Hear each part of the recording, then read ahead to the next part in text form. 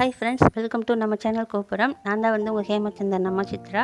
Friends, உங்கள் ஹேமச்சந்திரன் தனியாக அவனோட தினம மல்டி ஆக்டிவிட்டீஸ் ஆகட்டும், டேலண்ட் ஆகட்டும் தனி வீடியோவில் வரும் ஃப்ரெண்ட்ஸ். நான் அந்த தகவல் களஞ்சியம் நான் தனியாக இந்த இதில் சொல்லுவேன் ஃப்ரெண்ட்ஸ். ஓகேங்களா? ஸோ இப்போ நம்ம வீடியோக்குள்ளே போகலாம் ஃப்ரெண்ட்ஸ்.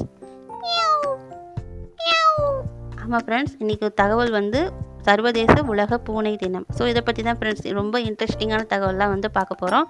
வாங்க ஃப்ரெண்ட்ஸ் பார்க்கலாம். நான் அதுக்காண்டி நிறைய தகவல்கள்லாம் சேகரித்து வச்சுருக்கேன். வாங்க ஃப்ரெண்ட்ஸ் பார்ப்போம். வீட்டு பூனையின் மேல் ஆரோக்கியம் மற்றும் அதன் நலன், பாதுகாப்பு எல்லாத்தையும் கருத்தில் கொண்டு தான் சர்வதேச உலக பூனை தினம் கொண்டாடுறோம் ஃப்ரெண்ட்ஸ். ஸோ அதை பற்றின வரலாறு பார்க்கலாம் ஃப்ரெண்ட்ஸ். பூனைகள் பாலூட்டு இனத்தை சேர்ந்த ஒரு அணைத்துண்ணி ஆகும். பூனைகள் பண்டைய எகிப்தில் வழிபாட்டு விலங்குகளாக இருந்து வந்ததால் அவைகளை பொதுவாக வீட்டில் வளர்த்து வழங்கினார்கள். பூனைகள் இறந்தால் அதற்கும் பிரமிடுகள்லாம் கட்டி சில எலிகளையும் பாடம் செய்து எகிப்தியர்கள் புதைத்துள்ளனர். அரசர்களுடன் அவர்களது பூனைகளுக்கும் பிரமிடுகளில் இடங்கள் ஒதுக்கப்பட்டுள்ளன. இவ்வளவு சிறப்பு வாய்ந்த பூனை நம்ம எல்லாருக்குமே பிடித்த கியூட் அனிமல் தானே ஃப்ரெண்ட்ஸ், கரெக்ட் தானே? ஸோ அதை பற்றி நான் இன்னும் தகவல்கள் பார்க்கலாம் ஃப்ரெண்ட்ஸ். பூனைகள் சிறந்த இரவு பார்வையை கொண்டுள்ளன. மேலும் பூனைகள் சிறந்த கேட்கும் திறனை கொண்டுள்ளதுடன் அவற்றால் பரந்த அளவிலான மீத்திறன் கொண்ட ஒலிகளையும் கேட்க முடியுமாம். முதலில் ஆப்பிரிக்கா தான் பூனைகளை பழக்கப்படுத்தினாங்க, எலிகள் உண்பதற்காக மட்டும்தான். அப்புறம் அவங்க மனிதர்களுடன் பழகும் விதத்தை பார்த்து ஈர்க்கப்பட்டு வளர்க்க ஆரம்பித்தார்கள். மேலும் பூனைகள் தனிமை விரும்பிகளாகும். நாய்கள் போன்று சிறப்பு கவனங்களை பூனைகள் எப்போதும் எதிர்பார்ப்பதில்லையாம்.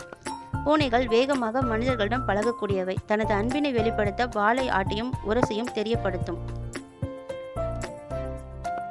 பெயர் சொல்லி அழைத்தால், கொஞ்சினால், சிரித்தால் புரிந்து கொள்ளும் திறன் பூனைகளுக்கு உண்டு. தம்மை வளர்ப்போரின் அருகே அடிக்கடி படுத்துக் கொள்வதும் உண்டு. பூனைகள் பற்றிய மேலும் சுவாரஸ்யமான தகவல்கள் ஃப்ரெண்ட்ஸ். பூனைகள் ஒரு நாளில் 70% தூங்கியே கழிக்கின்றன. ஒரு உணவை 3 முறை ருசி பார்த்து சோதனை செய்த பின்னர் தான் 4வது தடவை அது நம்பிக்கையுடன் அதனை உண்ணுமாம். பூனைகள் தனது உள்ளங்கள் வழியாக தான் வியர்வைகளை வெளியேற்றுகின்றன. தன் சுத்தத்தை தானே பார்த்துக்கொள்ளும். அவற்றின் சிறுநீர் இருட்டில் ஒளிரும் தன்மை கொண்டது.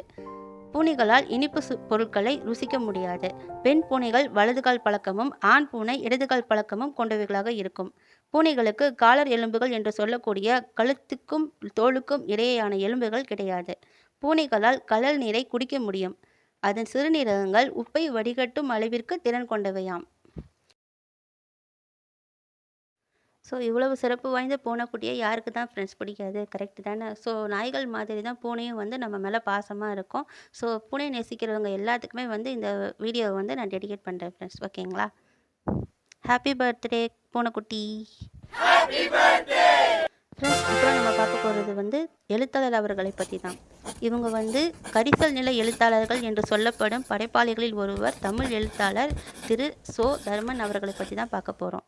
ஸோ அவங்களை பற்றி சம் கிளிப்ஸ் பாருங்கள் ஃப்ரெண்ட்ஸ்.